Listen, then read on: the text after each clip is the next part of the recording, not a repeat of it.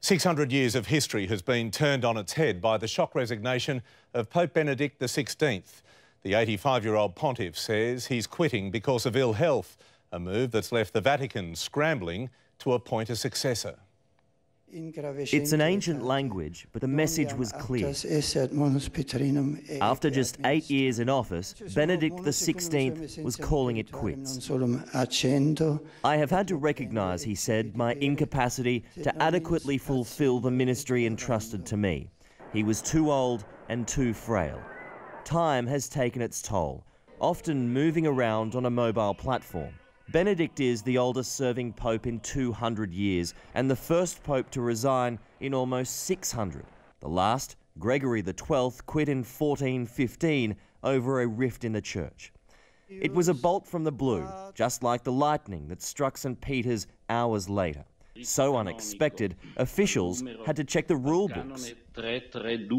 Born in Germany in 1927, he was a controversial character from the start. A member of the Hitler Youth, he fought for the Nazis in World War II.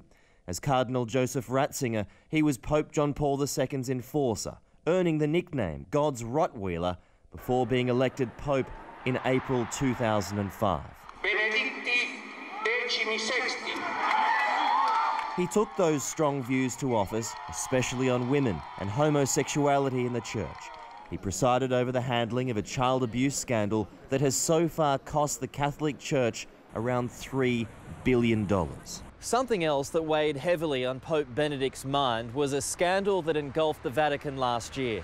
His personal butler leaked private information to the press that alleged widespread corruption within the Vatican. And like popes before him, he was a well-travelled man. West Africa, Latin America and the Middle East, all on the papal itinerary. He tried to move with the times too, the first pope to join Twitter and tweet. But his wings were clipped, doctors advising against overseas travel. He now leaves a power vacuum in one of the world's most powerful institutions. Live now to Peter Stefanovic. Peter, how will all of this unfold over the next few weeks? Yeah, good evening, Pete. Well, the Pope will continue in his current position until February the 28th. That is when he will step down. There will be a period of about 10 to 15 days after that position will remain vacant. After then, the world's cardinals, 117 of them, will descend on Vatican City for a bit of theatre. That's when they will elect a new Pope. So if all things go well, there should be a Pope in place by Easter. The outgoing Pope will then more than likely move into a residence in Vatican City, which might make things a little bit awkward for the incoming Pope. Pete? All right, Peter, thank you. The news from the Vatican has the world's 1 billion Catholics speculating about a successor. Australia's Cardinal George Pell has a vote in the process, and some believe he may even be a contender. St Mary's Cathedral this morning, Mass for Shrove Tuesday. The pews were humming with news of the Pope's resignation and speculation Cardinal George Pell is an outside chance to replace him. An Australian for a Pope, is it possible? It's always possible. It's always possible. The bookies have George Pell at long odds, $51.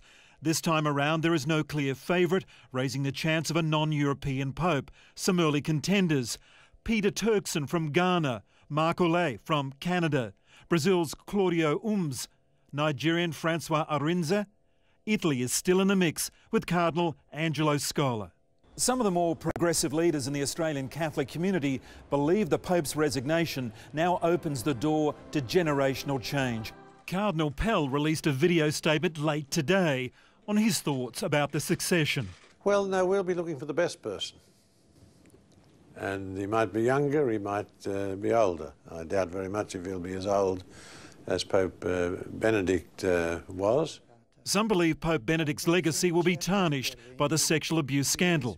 In terms of bringing people to harness to deal with the abuse issue, that was not his strength. The Hill family from Culburra Beach have nothing but praise for Pope Benedict. He blessed one-year-old Claire during his 2008 Sydney visit. 2 years later, she survived after she was run over by a bus.